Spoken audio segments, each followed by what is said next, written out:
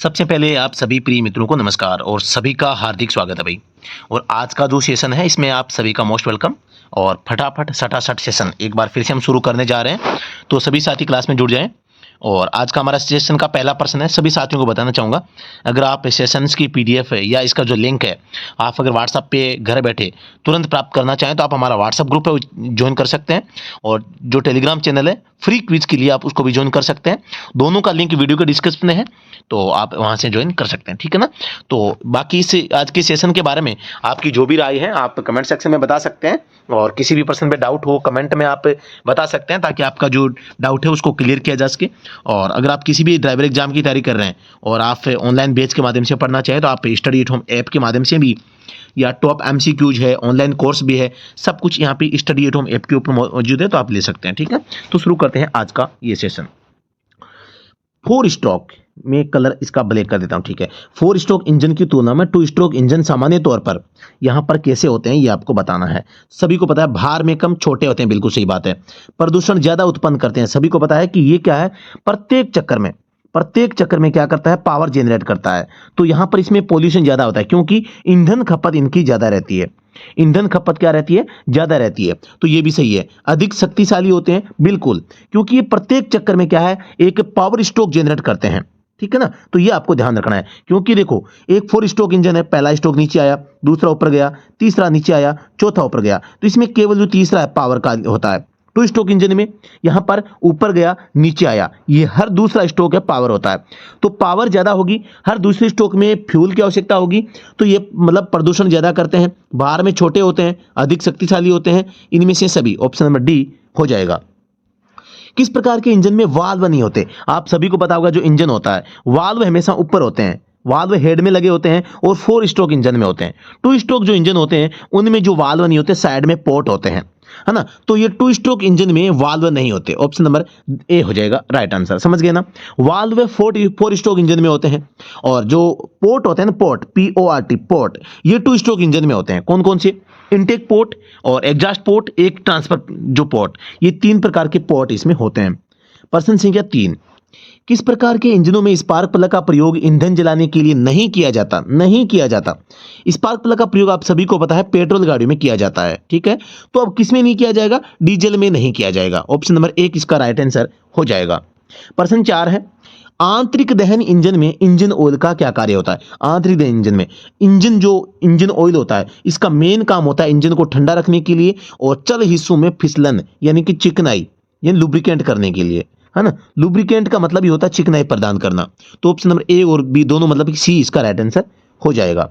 आप सभी को पता होगा कि इंजन ऑयल का जो ग्रेड होता है 15W40, 20W40 और 30W40, ये 3 ग्रेड होते हैं। और मैं बात करता हूं यहाँ पे LMV गाड़ियां होती है, लगभग 7 लीटर के आसपास आता है। MMV गाड़ियां होती है, यहाँ पर लगभग 10 लीटर के आसपास आता है। और हेवी गाड़ियां जो होती है इनमें 11 से लेकर 14 लीटर के आसपास तक इंजन ऑयल आता है। प्रश्न आपके 5 नंबर, गाड़ियों के टायरों में सदा हवा का सही दबाव रखने को क्यों कहा जाता है? हवा हमें सही क्यों रखनी चाहिए? टायरों के लंबे जीवन के लिए, सही है। गाड़ी चलाते समय सुरक्षा के लिए, ये भी ठीक है। ईंधन की बचत के लिए, गाड़ी माइलेज अच्छा देगी, ये भी ठीक है। ऑप्शन नंबर डी इसका राइट आंसर हो जाएगा।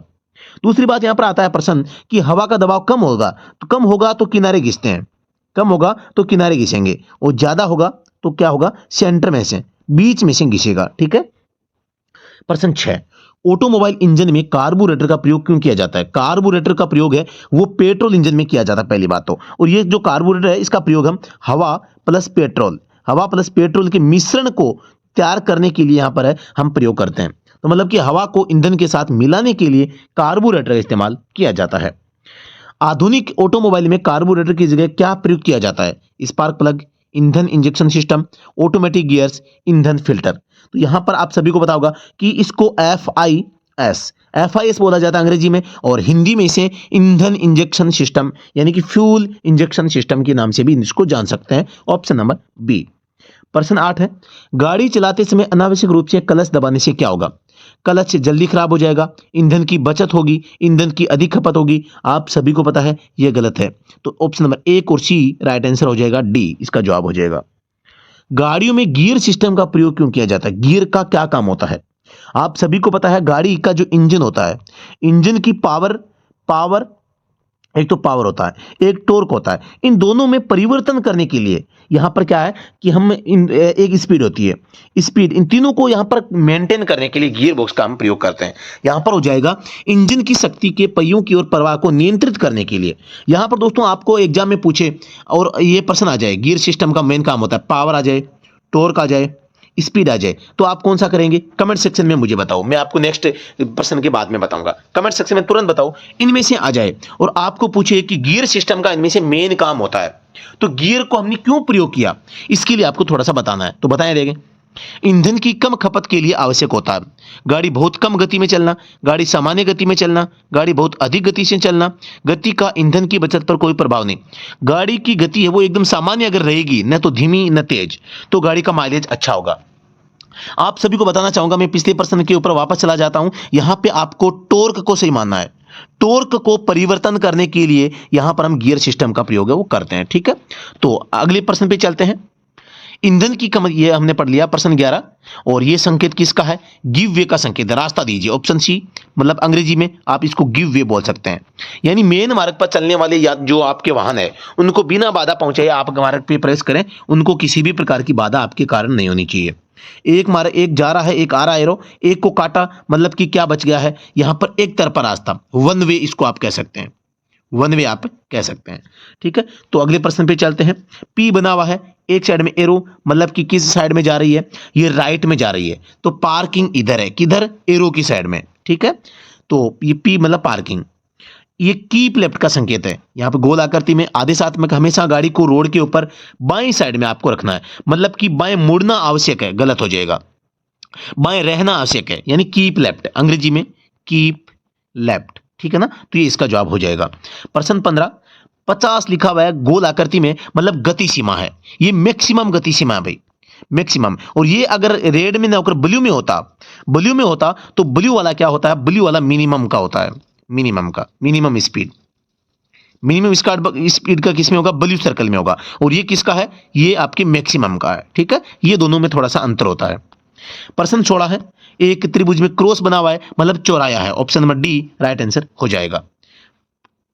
प्रश्न संख्या 17 है, आप सभी के सामने एक त्रिभुज है और दो उभार लिए हुए हैं। यहां पर आपको ध्यान देना है, अगर उभार केवल एक होता है, एक होगा, तो ये स्पीड ब्रेकर होगा। क्या होगा? स्पीड ब्रेकर, गति अवरोधक हो जाएगा, स्पीड ब्रेकर हो जाएगा, ठीक है, स्पीड को ब्रेक करने वाला। लेकिन अगर दो आ जाए ना, है ना, तो ये आपके उबड़ खाबड़ रोड का संकेत होता है, मतलब गति अवरोधक, सड़क बंद, आगे मंदिर, टूटी सड़क। तो यहां पर कौन सा गति? अच्छा, इसमें ऑप्शन के हिसाब से इसको भी आप क्या कह सकते हैं? टूटी सड़क नहीं कह सकते, इसको आप गति अवरोधक ही बोलेंगे। हालांकि जो रोड साइन होते हैं इसमें आपको जब एक संकेत दिखे, एक संकेत आ जाए और एक जगह अगर दो आ जाए, तो इसको आप उबड़ खाबड़ सड़क कहते हैं, उबड़ खाबड़ सड़क। टूटी सड़क इसको नहीं कह सकते। तो ऑप्शन नंबर इसका डी इसका राइट आंसर हो जाएगा। प्रश्न संख्या 18, आपके सामने संकेत है एक त्रिभुज में जिसमें आगे सड़क संकड़ी है और पीछे से चौड़ी है ना। तो इसका मतलब है आगे जो है सड़क है वो क्या है? संकड़ी, आगे तंग सड़क है। Option number b right answer हो जाएगा। संकेत है जिसमें 3.5 लिखा हुआ है, एक एरो ऊपर से एक नीचे से, मतलब कि हाइट के बारे में, ऊंचाई सीमा। ऑप्शन नंबर 1 हो जाएगा। मोटर गाड़ी अधिनियम के अंतर्गत लोगों को पगड़ीधारी सिखों को छोड़कर मोटरसाइकिल चलाने के लिए अनिवार्य होगा क्या? हेलमेट लगाना, और सर पर हेलमेट ठीक प्रकार बंधा होना। दोनों चीजें, केवल लगाना ही नहीं, सही तरीके से लगा होना चाहिए, बंधा होना चाहिए। ऑप्शन नंबर डी इसका राइट आंसर हो जाएगा। गोल चक्कर पर प्रथम मार्ग अधिकार निम्नलिखित में से किसको होता है? तो गोल चक्कर माना कि कोई मार्ग है, ठीक है, ये माना गोल चक्कर है, ये आपका गोल चक्कर है, ठीक है। तो इसमें अगर पहले से कोई रोड पे चल रहा है ना बीच में, और आप इसमें अगर प्रवेश कर रहे हैं, तो आपके राइट साइड में, मतलब बाईं साइड में आपकी जो भी चल रहा है ना, या गोल चक्कर में पहले से चल रहा है, उसको मार्ग का अधिकार होता है। जो गाड़ी पहले ही गोल चक्कर के अंदर हो उसको अधिकार होता है। ऑप्शन नंबर 1 इसका राइट आंसर हो जाएगा। पहाड़ी एवं चढ़ाई वाले रास्ते पर प्रथम मार्ग अधिकार निम्नलिखित में से किसको होता है? पहाड़ी एवं चढ़ाई वाले रास्ते पर जो चढ़ाई की ओर चढ़ता है ना, ऊपर की ओर जा रहे वाहन को यहां पर जो प्राथमिकता होनी चाहिए, मार्ग पर प्राथमिक अधिकार होता है, क्योंकि वो गाड़ी, उसके ऊपर इंजन पर ज्यादा लोड होता है, और उसने अगर एक बार जो है लोड में गाड़ी ने अगर स्पीड तोड़ दी, तो फिर गाड़ी है वो चढ़ाई में चढ़ नहीं पाएगी और दिक्कतें हो जाएगी, ठीक है। तो इसलिए option number D right answer हो जाएगा। बिना पैदल पारपथ वाले अनियमित चौराहे पर आपको क्या करना चाहिए? बिना पैदल पारपथ वाले अनियमित चौराहे पर पैदल यात्रियों का प्रथम मार्ग अधिकार होता है। यानी कि वहां पर अगर पैदल पारपथ बना हुआ है, नहीं बना हुआ है, वहां पर अगर पैदल यात्री अगर सड़क को पार करते हैं तो उनको मार्ग पर अधिकार होता है कि वो पार कर सकते हैं। हमेशा पैदल यात्रियों को आपको प्राथमिकता देनी चाहिए। ऑप्शन नंबर 1 सही जवाब हो जाएगा। पैदल पारपथ वाली सड़कों पर जब पैदल यात्री सड़क पार कर रहे हो तो एक कार ड्राइवर को चाहिए, क्या चाहिए? वो रुके और पहले पैदल यात्रियों को पार करने का उनको अवसर दे। यानी कि पैदल यात्री अगर रोड पार करते हैं ना, हमेशा आपको रुकना चाहिए। आपको एक अच्छा आदमी बनना है और उनको सड़क को पार करने देना है। गाड़ी चलाते समय अपने आगे वाली गाड़ी से कितनी सुरक्षित दूरी है वो बनाए रखनी चाहिए। तो यहां पर एक जो होती है ना, एक सुरक्षित दूरी आपकी होनी चाहिए। सुरक्षित दूरी, सुरक्षित दूरी। अब इसको हमें दूसरी भाषा में 2 सेकंड रूल भी के नाम से भी जानते हैं। 2 सेकंड रूल है ना। 2 सेकंड का रूल ये है कि आपकी गाड़ी जितनी दूरी 2 सेकंड में, जितनी दूरी 2 सेकंड में तय करती है वो दूरी आपकी आगे वाली गाड़ी से होनी चाहिए।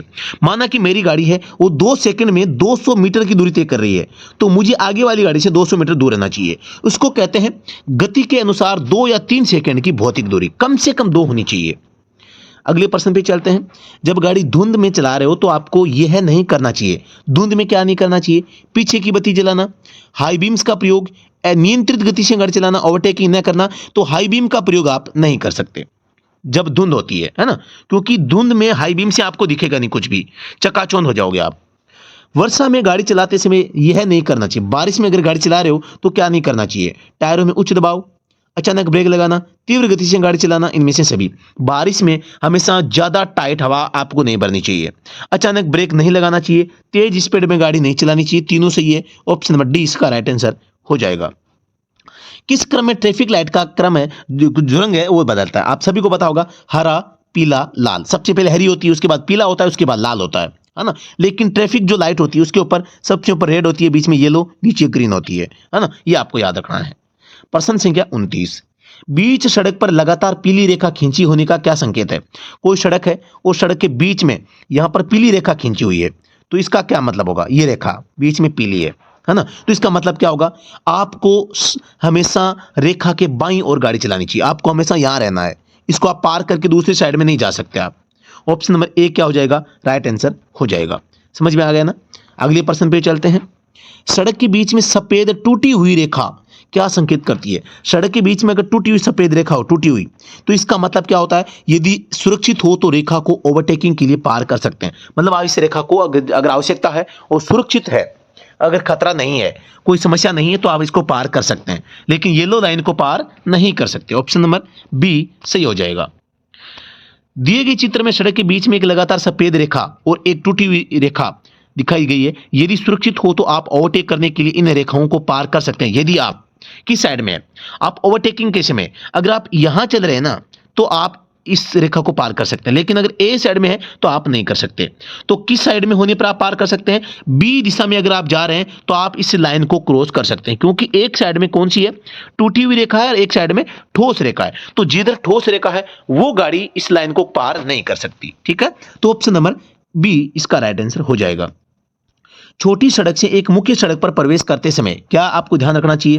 पहले आप रुककर मुख्य सड़क पर आती जाती गाड़ियों को पार करने दें और उनको निकलने दें। उनको आपकी वजह से कोई भी समस्या नहीं होनी चाहिए। और वहां पर संकेत होता है गिव वे का, मतलब कि जो मुख्य सड़क पर जो गाड़ियां है ना, उनको बिना बाधा पहुंचे आपका प्रवेश वहां पर होना चाहिए।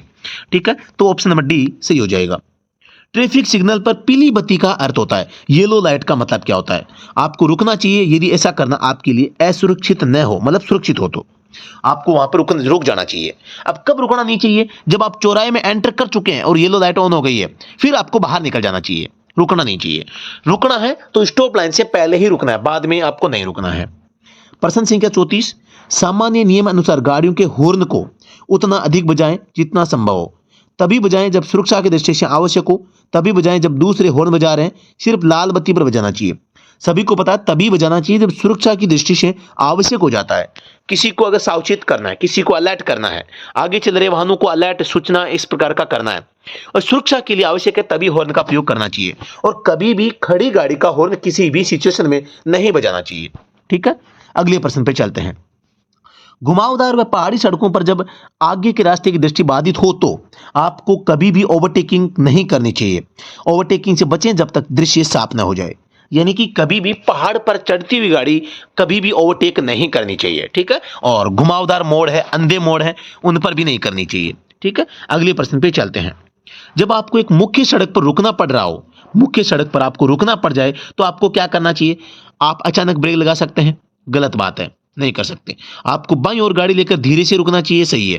पार्किंग बत्ती जलानी बुझानी चाहिए, बिल्कुल ये भी ऑन सही है। तो option number D right answer हो जाएगा।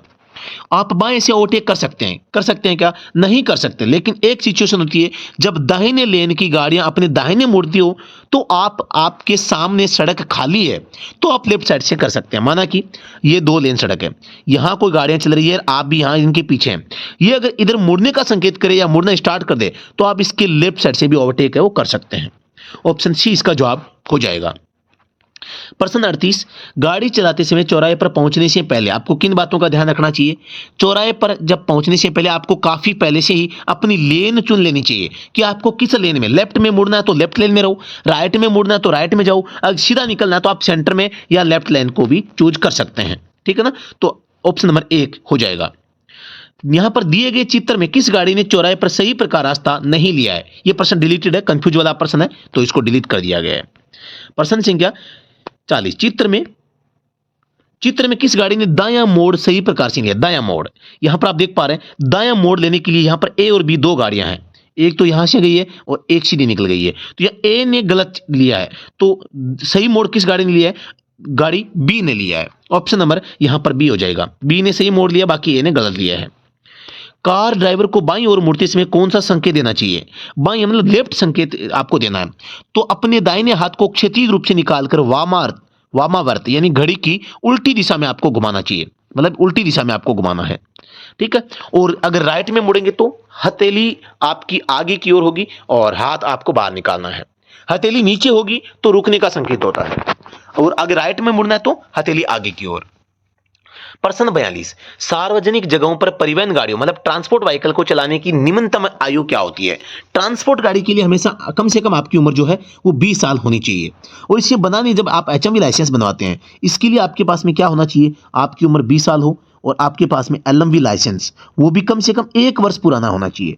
1 वर्ष का अनुभव आपको एलएमवी का होगा, 20 साल आपकी उम्र होगी, तभी आप बनवा सकते हैं।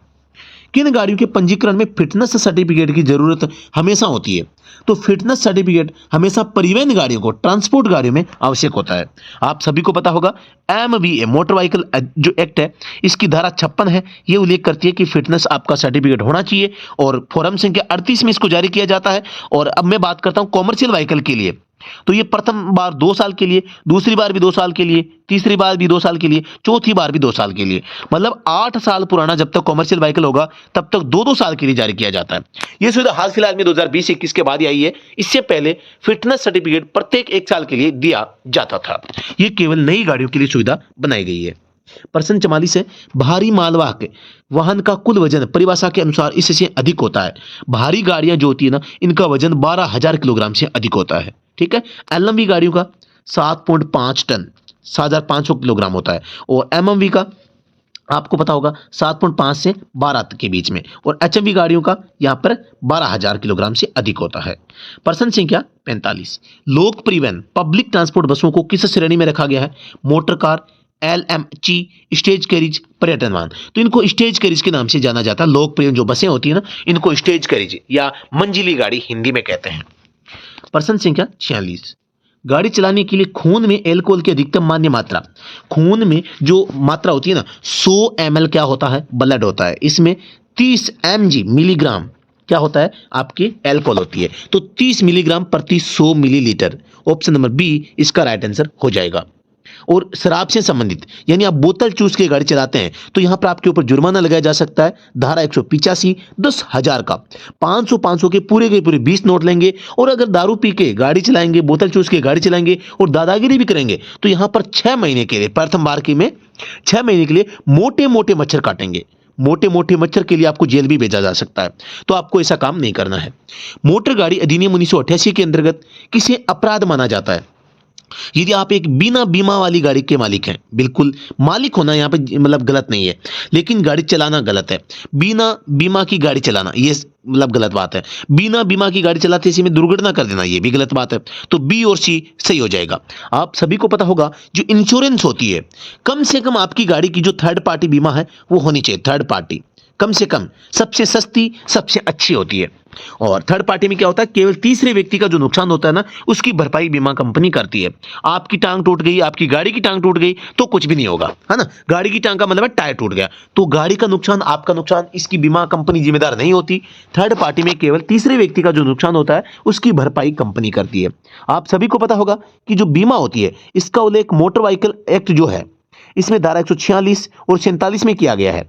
और साथ में यह कहा गया है अगर बीमा नहीं होगा धारा 196 में लागू होगी और 2000 का प्रथम बार में जुर्माना, दूसरी बार पकड़े गए तो 4000 का जुर्माना, और दादागिरी करी तो 3 माह के लिए मोटे मोटे मच्छर यहां पे आपको भी काट सकते हैं।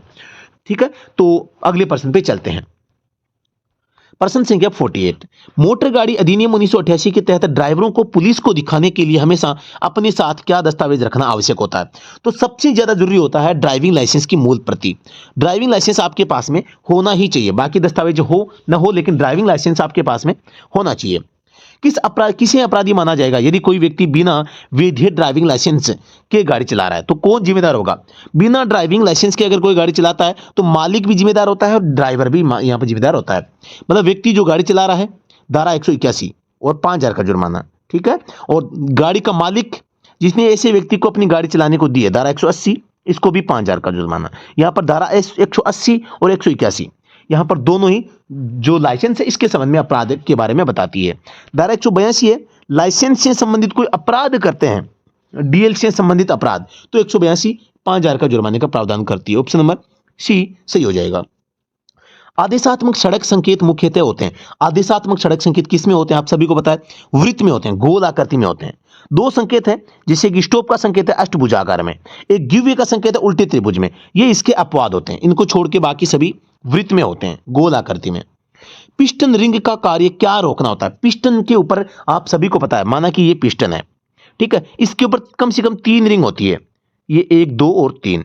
इसमें प्रथम जो 2 रिंग होती है कंप्रेशन रिंग होती है सीआर, तीसरी रिंग है वो ऑयल रिंग होती है। सबसे नीचे वाली ऑयल रिंग है वो नीचे जो ऑयल चेंबर में ऑयल होता है उसको ऊपर जाने से रोकती है। और ऊपर की 2 रिंग है वो ऊपर जो कंप्रेशन बनता है हवा का कंप्रेशन उसको नीचे जाने से बचाती है। तो यहां पर जो पिस्टन रिंग है इसका काम क्या होता है, संपीड़न का दबाव है, इसको संपीड़न का रिसाव यहां पे इसको रोकने का काम होता है। ठीक है, इन 2 रिंगों की बात कर रहे हैं यहां पे। पिस्टन से कनेक्टिंग रोड किसके द्वारा जुड़ी रहती है, यह आपका पिस्टन है, यहां पे इसमें आई होल होता है, ये कनेक्टिंग रोड है और ये आपकी क्रैंक शाफ्ट होती है। तो ये क्रैंक है भाई, क्या है, क्रैंक होती है। तो अब यहां पर पूछा है कि पिस्टन से कनेक्टिंग रोड, ये जो आई होल है यहां पर पिस्टन पिन लगती है, पिस्टन पिन। इस पिस्टन पिन को piston pin, Gajan pin, wrist pin कई नाम होते हैं, तो इसको क्या आप कह सकते हैं, गजन पिन भी कह सकते हैं। ठीक है, ऑप्शन नंबर डी इसका राइट आंसर हो जाएगा। लेकिन गजन पिन को ही पिस्टन पिन और wrist pin WRIST wrist pin के नाम से भी आप जान सकते हैं, 3 नाम इसके, तो डी हो जाएगा।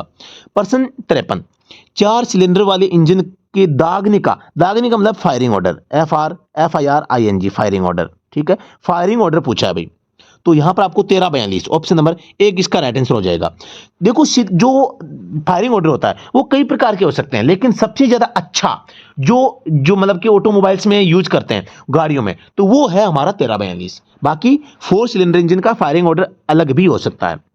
एक्सपेंडर किसका भाग होता है, आप सभी को पता होगा, ब्रेकिंग सिस्टम जो होते हैं इसमें क्या होता है, ब्रेकिंग सिस्टम में ब्रेक शू होते हैं, ऊपर व्हील सिलेंडर लगा होता है, यहां पे नीचे ब्रेक को एडजस्ट करने के लिए एक्सपेंडर लगा रहता है। तो ये एक्सपेंडर किसका भाग है, ब्रेक का भाग है। ऑप्शन नंबर डी इसका राइट आंसर हो जाएगा। यहां पर जो गलत है आंसर मैंने दे रखा है, ठीक है, तो ऑप्शन नंबर डी इसका राइट आंसर हो जाएगा। यूनिवर्सल जोड़ का प्रयोग किसके बीच किया जाता है, यूनिवर्सल जोड़ का प्रयोग आप सभी को पता होगा कि यहां पर प्रोपेलर शाफ्ट और एक्सेल ड्राइव के बीच में यूनिवर्सल जोड़ का प्रयोग किया जाता है। हालांकि देखो गियर यहां पे यू जोड़ आ जाएगा, ये प्रोपेलर शाफ्ट है, यू जोड़ आ जाएगा, और ये वहां पर डिफरेंशियल आ जाएगा। डिफरेंशियल को यहां पर क्या कहते हैं, यहां पे एक्सेल ड्राइव कहते हैं। तो option number c right answer हो जाएगा। प्रश्न संख्या 56, सामान्यतया कार की गियर बक्से में लुब्रिकेशन चिकनाई देने की क्या विधि है, कप फीड, छफ, डायरेक्ट, ग्रीस गन। तो इसमें ग्रीस गन के द्वारा यहां पर पूछा क्या गया, सामान्यतः कार के गियरबॉक्स में लुब्रिकेशन चिकनाई देने की क्या विधि होती है। तो यहां पे तो ये गड़बड़ है इसमें, है ना। तो स्पल्स विधि का इसमें इस्तेमाल किया जाता है भाई। स्पल्स ऑप्शन नंबर बी इसका राइट आंसर हो जाएगा। स्पल्स हिंदी में लिखता हूं तो यहां पे स्पल्स हो जाएगा। स्पल्स विधि के द्वारा मतलब छिड़काव के द्वारा, छप या छिड़काव विधि के द्वारा गियर बॉक्स में क्या है यहां पे, क्योंकि जब आप एक चीज बताऊं, मैं सामान्य तौर पे आपको बताऊं सीधे शब्दों में आपको एक छोटी सी आपको यहां पर कहानी बताऊंगा मैं, आपको समझ में आ जाएगा। यानी कि कोई भी गियर बॉक्स होता है, ये गियर बॉक्स है, इसमें गियर के दांते हैं, ठीक है। अब इसमें गियर बॉक्स, हमने गियर में ऑयल भर दिया, जब ये घूमेंगे तो ऑयल को उछालेंगे तो ये लुब्रिकेंट भी अपने आप होता रहेगा। यहां पर गियर मतलब जो ऑयल पंप की आवश्यकता इसमें नहीं होती है, गियर के दांतों की वजह से अपने आप ऑयल उछल कर इनको लुब्रिकेंट है वो करता रहेगा साथियों। तो यहां पर आपको समझ में आ गया, स्पल्स विधि हो जाएगा ऑप्शन नंबर बी। अगले प्रश्न पे चलते हैं। मुड़ते समय कार के अंदर और बाहर के पहियों को अलग अलग गति की आवश्यकता होती है, ये किसके द्वारा संभव है। आपकी गाड़ी जो होती है, गियर बॉक्स होता है, गियर बॉक्स के बाद प्रोपेलर शाफ्ट होती है, डिफरेंशियल होता है जो ड्राइव एक्सल में पीछे लगा रहता है। तो ये डिफरेंशियल ही है जो अंदर के पहिए और बाहर के पहिए में चाल में अंतर करता है। ट्रांसमिशन सिस्टम की पावर को 90 डिग्री पे मोड़ के ड्राइव एक्सल तक पहुंचाता है। तो ये कौन काम करता है, डिफरेंशियल। नाम से पता चल रहा है डिफरेंट, यानी कि चाल में अंतर, ठीक है। तो ऑप्शन नंबर यहां पर डी हो जाएगा।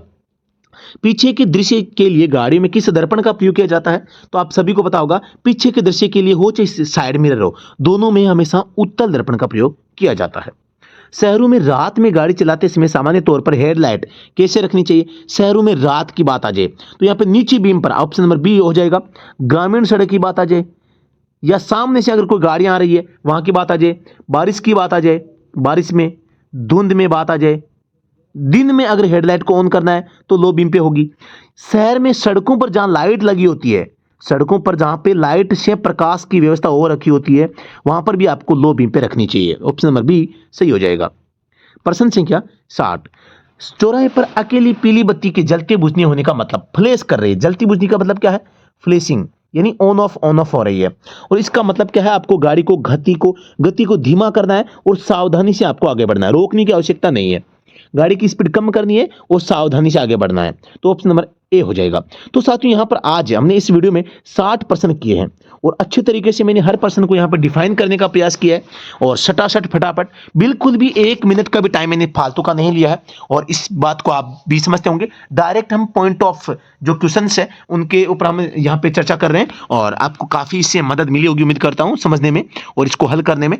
काफी प्रश्न होते हैं जिनको बच्चे पढ़ तो लेते हैं लेकिन समझ में नहीं आता है, तो प्रश्न का जवाब हम कैसे निकालते हैं, ये स्किल आपके अंदर पैदा हो जानी चाहिए। मैं चाहता हूं राज सर के पास जो पढ़ेगा वो ऐसा मास्टर बन जाना चाहिए कि आसपास के भी प्रश्न आ जाए तो यहां पर आप सटासट उनको कर सकें और किसी भी प्रकार की दुविधा आपको ना आए समझने में और करने में।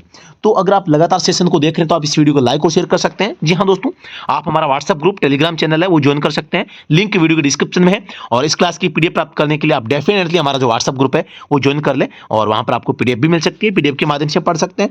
अधिक जानकारी के लिए आप हमारा व्हाट्सएप जो ग्रुप है और इसके अलावा हमारे जो मोबाइल हेल्पलाइन नंबर है इनके ऊपर संपर्क कर सकते हैं, व्हाट्सएप पे मैसेज कर सकते हैं। कोई भी अब अगर कोई दिक्कत है, किसी भी प्रश्न पे अगर डाउट है तो आप कमेंट बॉक्स में लिख सकते हैं, आपको रिप्लाई उसका दे दिया जाएगा। जी हाँ दोस्तों, नमस्कार, धन्यवाद, जय हिंद, वंदे मातरम।